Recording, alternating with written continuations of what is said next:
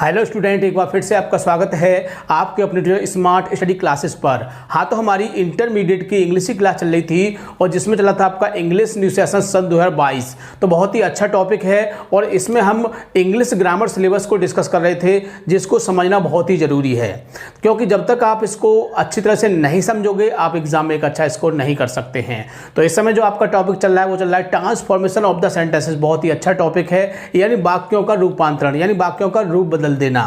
तो देखो, इसके अंदर 5 चीज़ों को डिस्कस किया जाता है जिसको हम पहले बता चुके हैं। और इस समय जो टॉपिक चल रहा है वो चल रहा है चेंज द सेंटेंस कंडीशन। क्या चल रहा है? Change the sentence condition. तो देखिए, इस टॉपिक को हम इस वीडियो के माध्यम से आज समाप्त कर देंगे, यानी कहा जाए तो आज आपका जो ट्रांसफॉर्मेशन है वो पूरी तरह समाप्त हो जाएगा। लेकिन अभी इसकी हम एक्सरसाइज क्यों कराएंगे? क्योंकि हम आपको पहले बता चुके हैं कि पहले हम जो आपके 2 टॉपिक है उसको समाप्त होने के बाद उसकी एक्सरसाइज कराते हैं, उसके बाद इसकी हम एक मिक्स एक्सरसाइज कराएंगे, यानी कि जितने भी टॉपिक हमने आपको कराए इसमें उन सबके सेंटेंस देंगे ताकि आप उसको ध्यान समझ सकें। क्योंकि जब किसी टॉपिक की हम बारी बारी से एक्सरसाइज कराते हैं तो उसको आप बहुत ही आसानी समझ जाओगे, लेकिन जब सारे टॉपिक एक साथ लिए जाते हैं तो आपको समझने में थोड़ी दिक्कत होगी और इसी से आपका रिविजन अच्छा होता है। ठीक है, तो टॉपिक को समझना बहुत ही ज़रूरी है।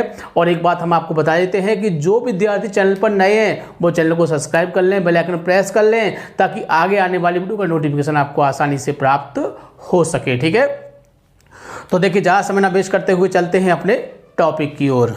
हेलो स्टूडेंट्स, तो आप सभी के लिए गुड न्यूज़ है बच्चों, क्योंकि नून एकेडमी पर हम आपके लिए फ्री कोर्स लेकर आ रहे हैं।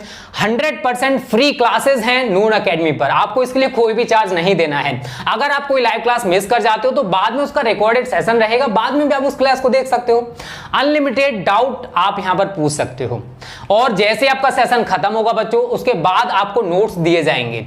ठीक है, जो भी हमने पढ़ा है उसका नोट्स भी आपको यहां पर मिलेगा।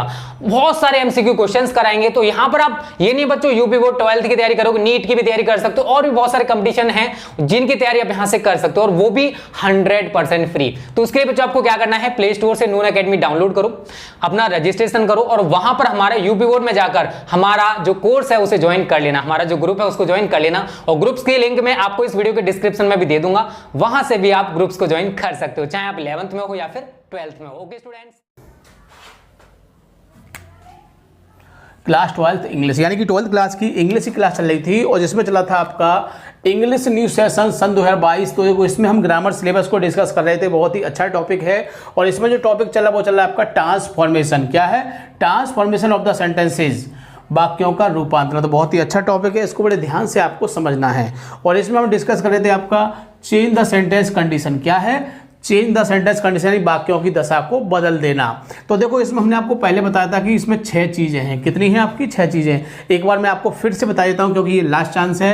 यानी पहला है आपका अफर्मेटिव टू नेगेटिव, दूसरा है नेगेटिव टू अफर्मेटिव, तीसरा है असर्टिव टू इंट्रोगेटिव और फिर है इंट्रोगेटिव टू असर्टिव, और सबसे 5वां है आपका असर्टिव टू एक्सक्लेमेटरी, और सबसे लास्ट है आपका एक्सक्लेमेटरी टू असर्टिव, जो इस समय चल रहा है। तो देखो, इसका हम एक पार्ट आपको प्रोवाइड कर चुके हैं और आज हम इसका दूसरा पार्ट आपको बताएंगे ताकि ये टॉपिक आपका आसानी से समाप्त हो सके। ठीक है, तो देखो, पिछली वीडियो में हमने इसके आपके 4 रूलों को डिस्कस किया था और इस वीडियो में हम इसके 5, 6, 7, 8 जितने भी रूल हैं सबको डिस्कस करेंगे, यानी कहा जाए तो इस टॉपिक को पूरी तरह समाप्त कर देंगे। ठीक है, फिर इसके बाद हम अगली वीडियो में इसकी एक्सरसाइज डिस्कस करेंगे ताकि आप इससे ध्यान से समझ सकें। ठीक है, तो शुरू करते हैं। देखो, जितने भी रूल हैं हम सबको इसमें बताएंगे ताकि आप इस टॉपिक को ध्यान से समझ सकें, क्योंकि बाकी के जो पहले रूल थे 4, जिनको हमने पहली वीडियो में डिस्कस कर दिया था, तो हो सकता है 4 हो, 5 हो, 6 हो, जितने भी हैं सब इस वीडियो में ख़त्म कर देंगे। ठीक है, तो शुरू करते हैं। जो आपका लास्ट टॉपिक है एक्सक्लेमेटरी टू असर्टिव, तो रूल नंबर 5 डिस्कस करेंगे इसका। कौन सा? Rule number 5। तो कहा जाए तो कह सकते हैं कि जब वाक्य के शुरू में, यानी जब वाक्य के शुरू में ब्रेवो दिया हो तो उसे यू हैव में बदल देते हैं। तो इतना तो आपको पता ही है कि इनको यू हैव बदल देते हैं, तथा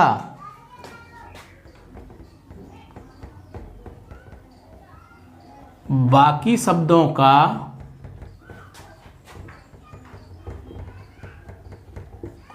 स्थान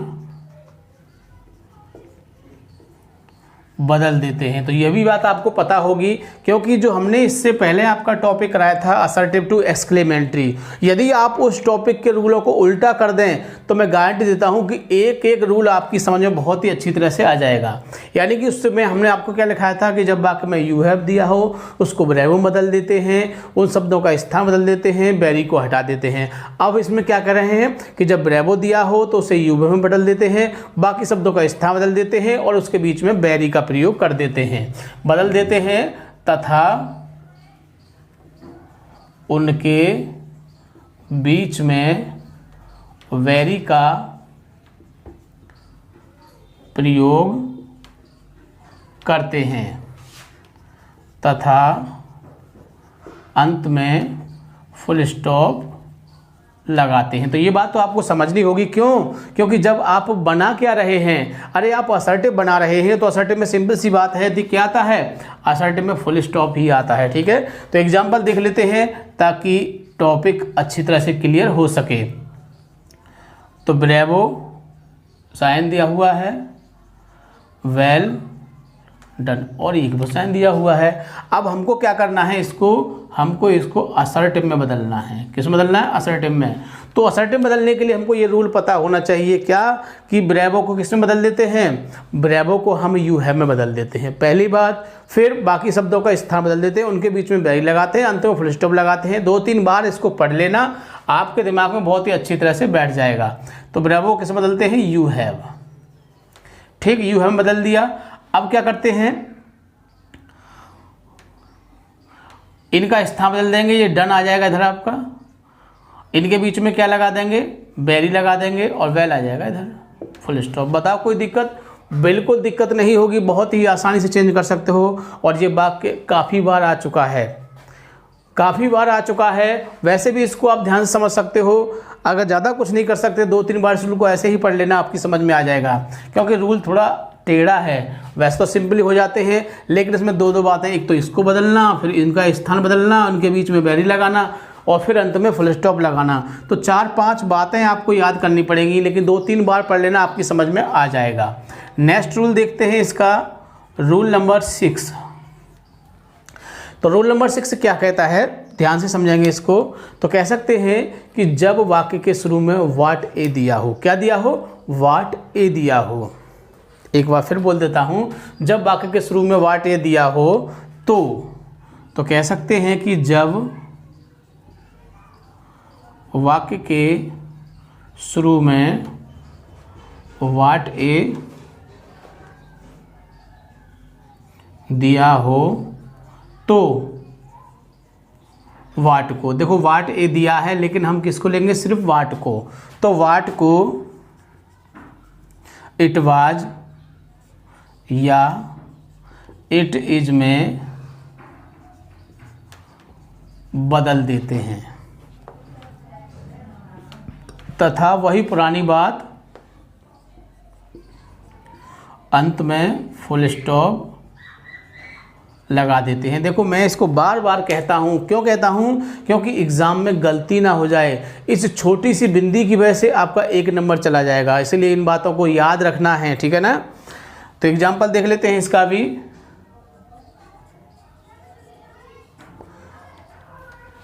what a pity you did not come. अब हमको क्या दिखाई दे रहा है, व्हाट, तो क्या लगा देंगे, it was a pity you did not come और full stop.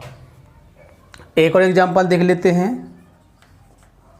What a fine this was indeed. तो देखो व्हाट को क्या करेंगे, चलो इट इज कर देते हैं इसको, it is a fine this was Indeed. ठीक है, बहुत ही आसानी से फुल स्टॉप लगाएंगे।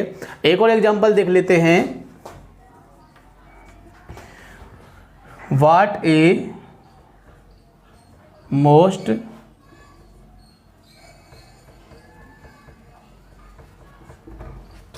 What a most eloquent speech. तो वही वाट को किस में बदलेंगे, इसमें बदल देंगे इसको, it was a most eloquent speech, यानी कहा जाए तो क्या है, कितनी शानदार स्पीच है। तो it was a most eloquent speech, तो बहुत ही आसानी से चेंज कर सकते हैं। ठीक है, तो रूल नंबर 5, रूल नंबर 6 को डिस्कस किया। इसके बाद रूल नंबर 7, तो चाहो तो आप इसका स्क्रीनशॉट ले सकते हो, जिससे कि आप इसको बाद में भी आसानी से देख के पढ़ सकें। ठीक है, अब इसके बाद अगला रूल है आपका 7वां रूल। बड़े ध्यान से रूलों को समझना है, क्योंकि एग्ज़ाम में जब वाक्य आ जाता है तो एक समस्या खड़ी हो जाती है कि अब इसमें क्या करें। कोई शॉर्ट क्वेश्चन नहीं है, कोई लॉन्ग क्वेश्चन नहीं है जिसमें हम बना के इसको कर सकें, क्योंकि लॉन्ग क्वेश्चन है, शॉर्ट क्वेश्चन है, ऐसे है, स्टोरी है, ये टॉपिक ऐसे होते हैं कि इनको आप बना के लिख सकते हो, जैसा मन में आए, गलत सलत ठोक दिया तो कुछ तो मार्क्स उस पर मिल जाएंगे। मैं कहता हूँ पूरे मार्क्स नहीं मिलेंगे। 10 नंबर का यानी कि 12 नंबर का ऐसे होता है, 15 नंबर का, उसको आप क्या करोगे, बना के लिख दिया। मैं कह रहा हूँ कि उसमें आपको 8 नंबर मिल जाएंगे। लॉन्ग क्वेश्चन है, 10 नंबर का होता है, बना के लिख दिया, 6-7 मिल जाएंगे। सेंट्रल आइडिया है, बिल्कुल याद नहीं, पोएम को थोड़ा सा पढ़ा है, बना के लिख दिया, 7 नंबर का आता है, 4-5 नंबर आसानी से मिल जाएंगे। लेकिन ये जो टॉपिक हैं आपके, इनमें कुछ भी बनावट नहीं चलती है, सिर्फ जो सही है वही चलता है। कि आप कहें कि इसमें हाँ बना के इसको भी कर देंगे, बट ऐसा नहीं है। इसमें क्या होता है कि सही है तो सही है, गलत है तो गलत है। ठीक है, तो बड़े ध्यान से इसको करना है। आगे चलते हैं, रूल नंबर 7 देखते हैं इसका क्या कहता है। रूल नंबर 7 तो कह सकते हैं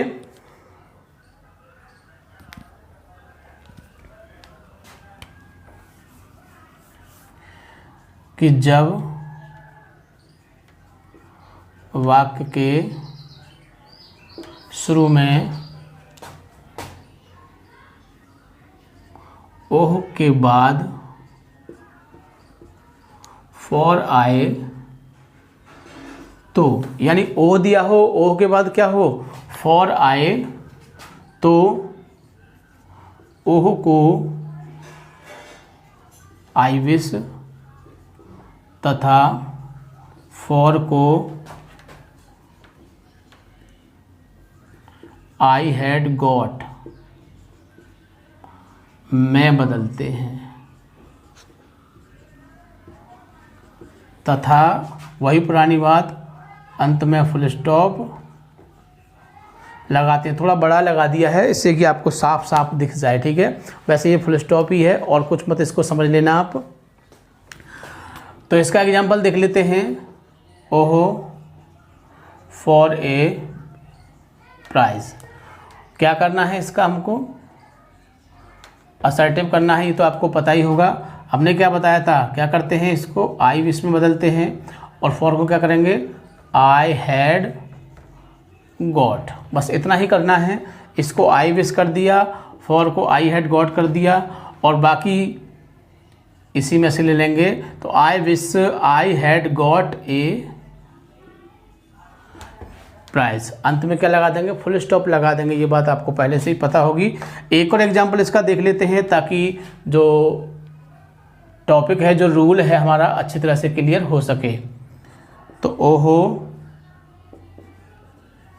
for the wings of A Dove. ठीक, क्या करना है इसको हमको असर्टिव में बदलना है। देखो इन बातों को मैं बार बार क्यों बोलता हूँ कि जब मैं बार बार बोलूँगा और आप बार बार सुनोगे तो क्या होता है, कोई चीज़ जब बार बार बोली जाती है तो याद हो जाती है, समझ में आ जाती है। क्यों कि वो चीज़ बार बार बोली जाती है। ठीक है ना, तो इसको करेंगे हम आई विश, किस में बदल देंगे, इसको आई विश में बदल देंगे। फॉर के स्थान पर क्या लगाएंगे, आई हैड गॉट, बाकी ये पूरा आ जाएगा the wings of A Dove. Sorry full stop, क्या आएगा, फुल स्टॉप, हम ही भूल गए, ठीक है, आपको बता रहे हैं, हम ही भूल गए, ठीक है। तो क्या होता है, क्योंकि सिंपल सी बात है कि असर्टिव में फुल स्टॉप ही लगेगा। आगे इसका रूल नंबर 8 देख लेते हैं, और कहा जाए तो ये इसका लास्ट रूल है। इसके बाद जो आपका टॉपिक है यानी कि एक्सक्लेमेटरी असर्टिव, ये भी समाप्त हो जाएगा। और कहा जाए ये टॉपिक आपका दूसरा ट्रांसफॉर्मेशन ऑफ द सेंटेंसेस, ये भी समाप्त हो जाएगा। क्यों कि इसके जितने भी टॉपिक थे हमने क्लियर कर दिया है, जितने भी थे। सबसे पहला था आपका रिमूव टू, फिर यूज टू, फिर डिग्री, फिर एक्टिव पैसिव, फिर change the sentence condition. Her topic को हमने आपको बहुत ही बारीकी से, बहुत ही सरल तरीके से समझाया है ताकि आप इसको ध्यान से समझ सकें, ठीक है ना। और इसका ये लास्ट टॉपिक है और इसका लास्ट रूल है, इसको भी देख लेते हैं। तो कह सकते हैं कि जब वाक्य के शुरू में, यानी जब वाक्य के शुरू में डेट दिया हो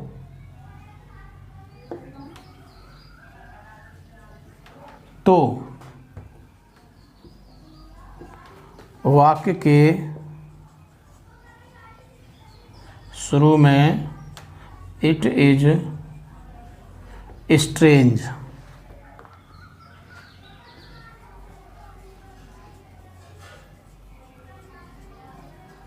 का प्रयोग करते हैं। और वही पुरानी बात, तथा अंत में फुल स्टॉप लगाते हैं, ठीक है। तो एग्जांपल देख लेते हैं इसका भी।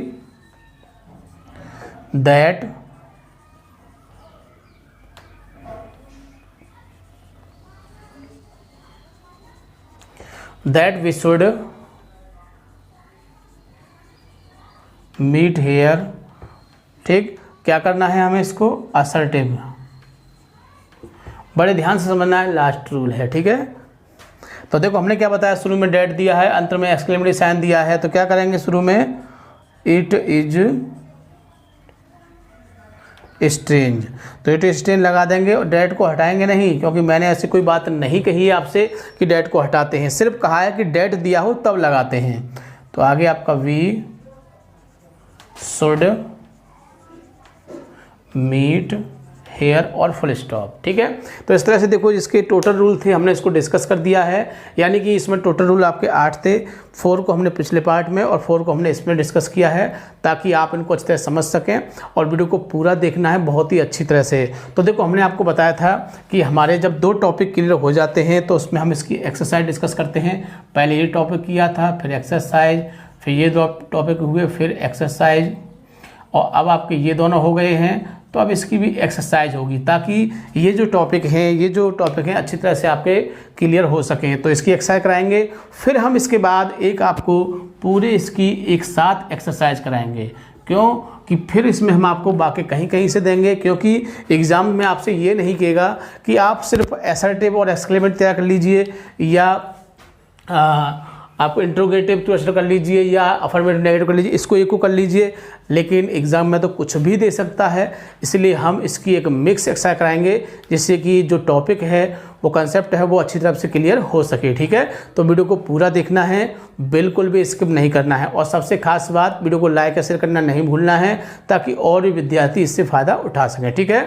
Thank you, thanks for watching this video.